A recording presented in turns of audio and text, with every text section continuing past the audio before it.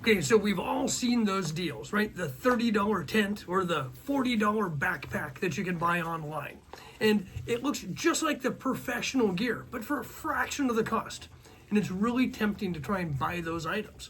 But we think to ourselves, there's gotta be a catch. This might be too good to be true. And you know, that is exactly right. Because I'm gonna tell you today, folks, buying cheap might actually be the most expensive way to buy backpacking gear.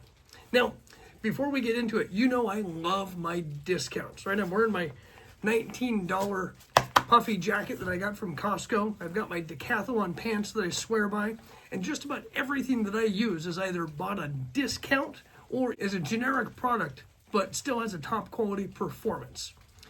So no, I'm not telling you to buy expensive name brand gear. But what we are gonna talk about is that cheap gear trap and how it can be far more expensive than you realize. Okay, before we get too far into this, I do want to apologize in advance for the audio quality. It is a pouring down rainy day here at the beach, and I found this pretty cool covered area to stay out of the rain to film, but it is affecting the sound quality, so I do apologize. Let's get real about the word cheap. Cheap doesn't just mean budget or discount price. In the backpacking world, cheap refers to the quality and integrity of the product. Cheap means inferior zippers, maybe simpler seam sealings that are going to eventually leak, backpacks where the shoulder straps are going to start to rip, right? Cheap gear isn't just inexpensive. Cheap gear can be dangerous because let's face it, your gear doesn't break when you're trying it on in the living room, right? If you are 8 miles from the trailhead, the sun is going down and it's starting to rain, the last thing you want to have to do is worry about the quality of your shelter. If your zipper breaks on your tent, you aren't just out $40 to replace a zipper. You're now out a long, cold, potentially dangerous night on the trail. It went from being cheap to being a safety issue. Have you ever heard the term false economy? Well, in the backpacking gear world, the false economy refers to that trap that you get into when you buy cheap gear. Let's use backpacks, for example. Say you find a $50 backpack online that looks like it's going to be perfect. You take that backpack out, and on your second trip, the straps start to fray, or maybe the clip breaks. So you decide to upgrade to a $60, maybe a little bit better quality backpack. You're now $110 into your investment. And guess what? 2 trips later, the same thing happens. Something on that backpack fails. Now you realize that you should have bought quality instead of cheap. So you made a $200 investment to buy the backpack that you really wanted in the first place. Some simple math tells us we've now spent $310 for a $200 backpack. Think about the value there. You've spent twice as much money as you really needed just to get the gear you should have got in the very first place. That is the cyclical trap that we get into when we purchase cheap or inferior quality gear. I'd like to say that I'm immune to this trap, but the reality is I fall for it more often than I should. Just this last backpacking season alone, I purchased 4 different 40-liter backpacks. My goal has been to try and find an ultralight backpack that's budget-friendly, still durable, and checks all the boxes I want, because I'd like to be able to recommend to you fine folks some discounted budget gear that works well. And you know what? Out of those 4 backpacks, I sent all 4 of them back because one reason or another, either the build quality wasn't there, the comfort wasn't there, or just overall the value for what I got just didn't meet my needs. The reality is I got very lucky because I was able to return them. Had they been damaged while I was out on trail, that wouldn't have been an option because that would have been regular wear and tear. We all fall into this trap, but it doesn't mean we have to. And that's where I'd like to talk about the inexpensive quality options out there that are the complete opposite of cheap.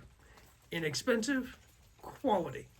If you want to use your money the most effectively, I highly recommend you focus on the big 3. And that's your tent, your shelter, and your pack. These are the items that are traditionally going to cost you the most amount of money, but they're going to be the most critical, not only to your safety and success, but your comfort on the trail.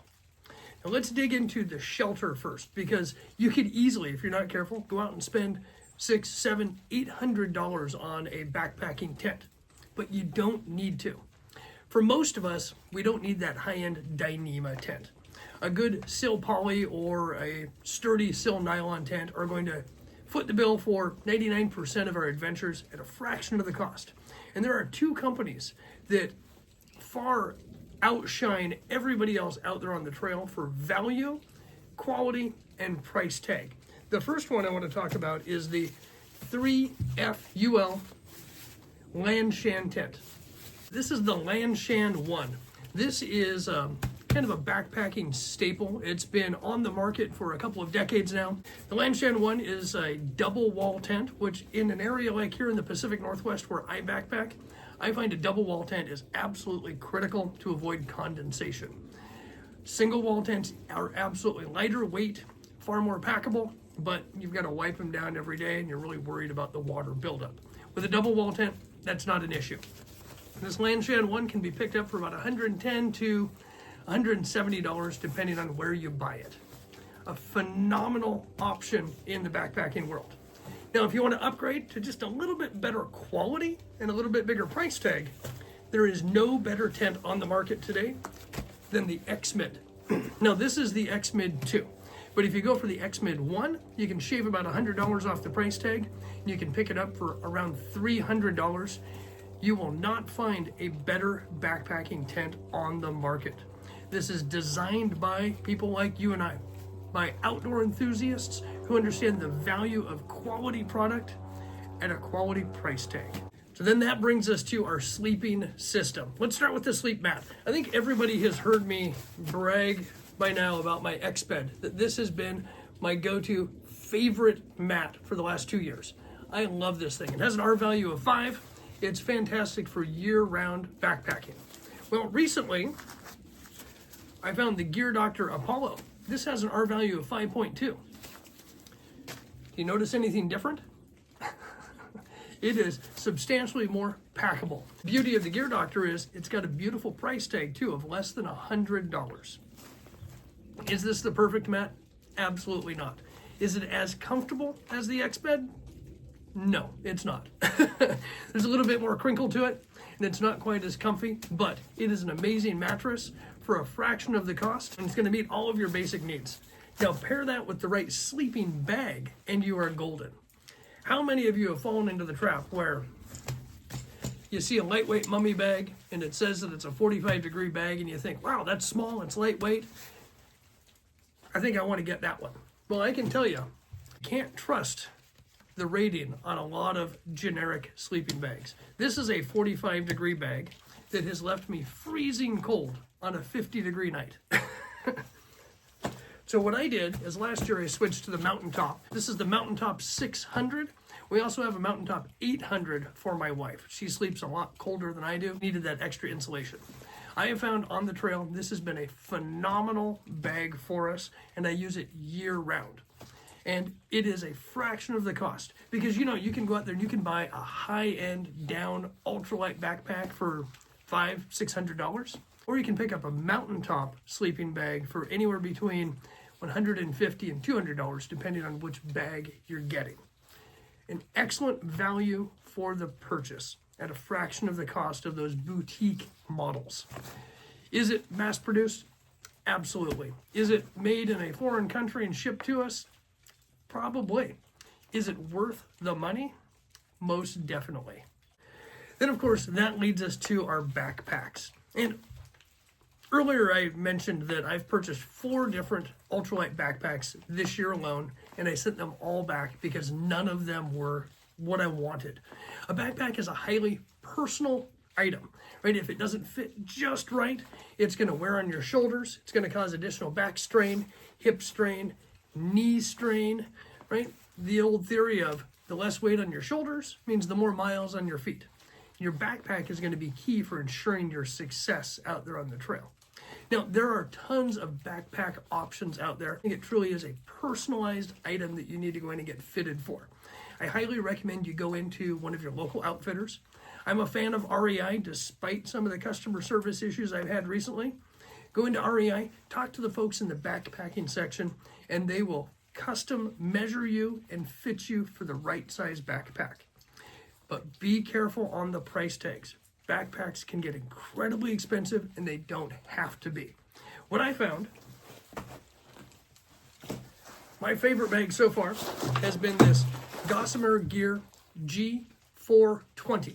It's a 40-liter ultralight backpack. It's frameless, but it has a nice sit pad that they put in the back.